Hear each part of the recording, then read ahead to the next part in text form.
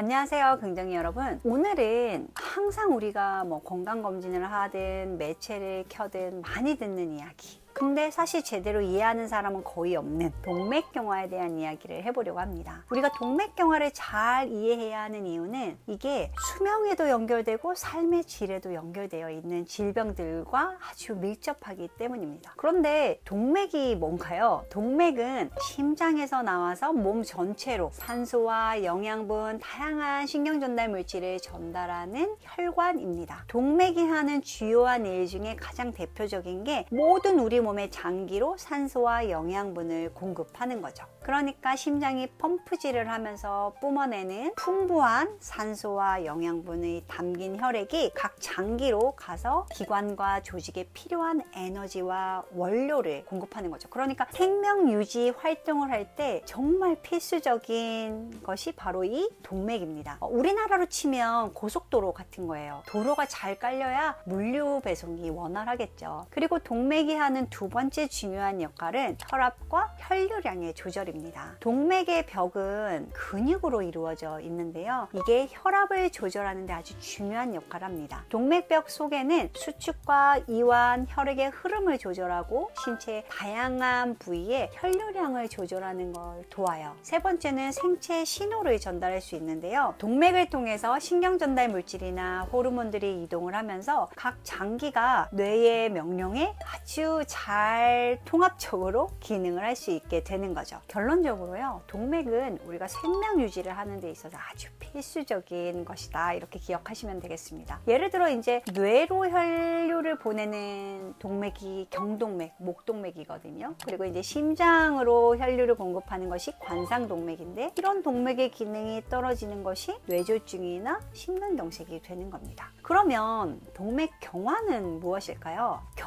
경화는 이제 딱딱해진다는 이야기인데요. 그러니까 동맥이 딱딱해진다는 걸 이야기하는데, 이게 그렇게 말처럼 간단한 문제는 아니에요. 이게 딱딱해진다고 동맥이 돌로 변하고 이런 건 아니거든요. 동맥벽에 콜레스테롤이나 칼슘, 염증 물질들이 침착이 돼서 서서히 경화되는 겁니다. 그러니까 동맥이 아까 혈압과 혈류량을 조절한다고 했는데, 딱딱해지면 이 기능이 떨어지게 되는 거죠. 유연성이 떨어지는 겁니다. 고무호수를 생각해 보세요. 혈류량이 많아지면 잘 늘어나지고, 그러면 혈압이 갑자기 올라가는 걸 예방해 주고요. 혈류량이 갑자기 줄어들 때는 혈관이 수축을 해서 혈압이 너무 저혈압이 되는 걸 막아주는데, 이 탄력성과 유연성이 떨어지는 게 동맥경화입니다. 동맥경화는요, 몸의 어느 곳이나 생길 수 있어요. 동맥이 몸의 어느 곳이나 있기 때문이에요. 심장, 뇌, 다리, 콩팥, 손끝, 발끝 다 있죠. 그래서 어느 부위로 가는 동맥에 문제가 되느냐에 따라서 다양한 질병이 생길 수 있는데, 우리 몸에서 가장 중요한 몇 가지 동맥과 관련된 질병을 알려드리면, 첫 번째는 관상동맥 질환이에요. 심장으로 혈액을 공급하는 동맥이 좁아져서 발생하는 거, 협심증이나 심근경색, 심장마비로 이어질 수 있죠. 두 번째는 뇌졸중입니다. 뇌로 가는 혈관이 좁아져서 뇌로 가는 영양분이 줄어드니까 뇌졸중이 생길 수 있는 거예요. 세 번째는요, 말초동맥, 조금 가는 동맥들의 문제가 생기는 것인데, 다리나 팔에 있는 가는 동맥들이 좁아져서 혈류가 감소되고,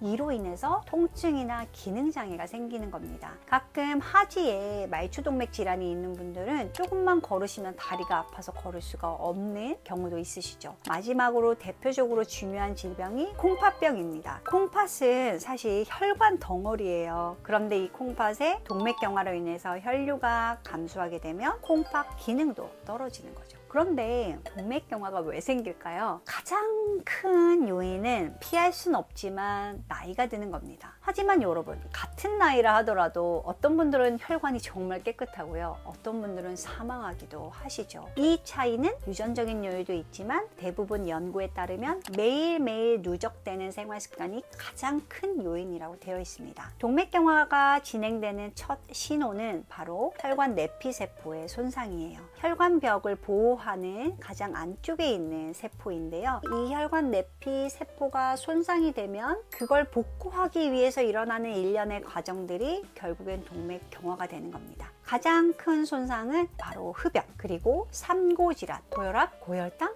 고지혈증이에요. 이걸 제가 비유를 드릴 때요, 혈관 내피세포에 이런 자극이 가는 것을 스파이크라고 하거든요. 여러분들 혈당 스파이크 들어보셨죠? 일종의 스파이크는 아주 세게 때리는 거예요. 혈관 내피세포를 고혈당이, 고혈압이, 고지혈증이 아주 세게 때리면 이 과정에서 우리도 따기를 계속 세게 맞으면 덜 아프기 위해서 피부가 좀 단단해지거든요. 그러니까 혈관 내피세포 입장에서는 스스로를 보호하기 위해서 그 표면을 단단하게 만드는 것인데, 그게 결론적으로는 동맥경화가 되는 겁니다. 그래서 혈관 내피세포가 손상이 되면 이런 혈관 내피세포를 보호하기 위해서 지방이 와서 덮어줘요. 이때 나쁜 콜레스테롤이 있으면 더 빠르게 진행이 되고 콜레스테롤이 산화가 되면서 염증 반응이 생기죠. 그러면 그 주변에 면역세포들이 오고요. 이렇게 돼서 면역세포들이 오면 그 흔적으로 찌꺼기들이 염증과 혈전입니다. 염증 반응과 혈전이 쌓이게 되면 점점점 좁아지고 점점점 동맥경화가 심해지게 되는 거예요. 이 과정에서요, 불안정하게 혈전이 생기면 종종 이 혈전이 터지고 그 터진 혈전이 날아가서 뇌경색이 되거나 심근경색이 되거나 아니면 시력을 상실하거나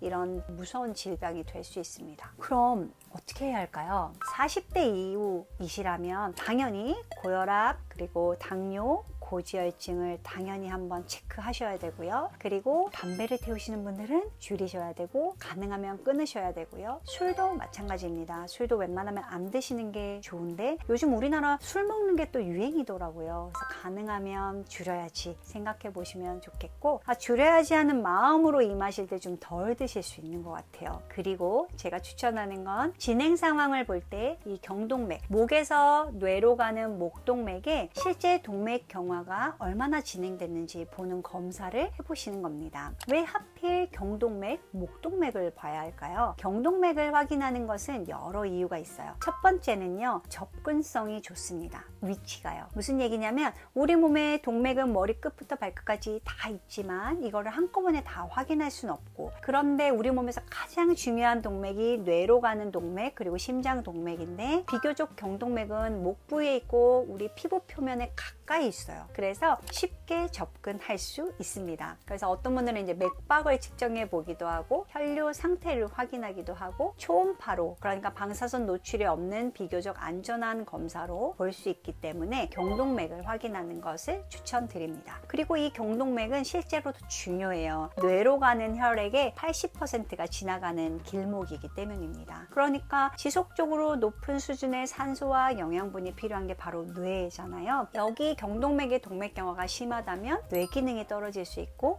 뇌졸중 위험이 있고, 이는 우리의 전반적인 건강과 직결이 되기 때문에 경동맥 상태를 한번 확인하는 것이 필요합니다. 그리고 세 번째로 조기 발견을 하기에 의미 있는 부분이에요. 그러니까 경동맥의 이상은 심혈관 질환, 관상동맥의 위험도 어느 정도 간접적으로 확인을 할 수가 있거든요. 그러니까 경동맥에서 불규칙한 맥박이 보였거나 협착이 있는 분들은 다른 순환에도 문제가 있는 경우가 많습니다. 그래서 경동맥을 보시는 거를 추천드리고요. 또 이 진단과 치료의 연구가 많이 되어 있어요. 그래서 경동맥 협착증 정도를 파악하면 뇌졸중 위험도 알 수 있고 심혈관 질환 발생 위험도 알 수 있기 때문에 한 번쯤 해보시면 좋겠고, 특히 다른 나라보다 우리나라가 경동맥 초음파를 하기가 아주 좋아요. 그래서 병원을 이용해서 저희도 하고 있고 또 검진을 하실 때도 할 수 있기 때문에 한 번쯤 활용해 보시는 게 좋습니다. 특히 이제 40세 이후 비만하시거나 고혈압, 당뇨, 고지혈증이 있는 분들은 한 번쯤 경동맥 초음파를 통해서 내 동맥의 건강 상태를 한 번씩 확인해 보시면 좋겠어요.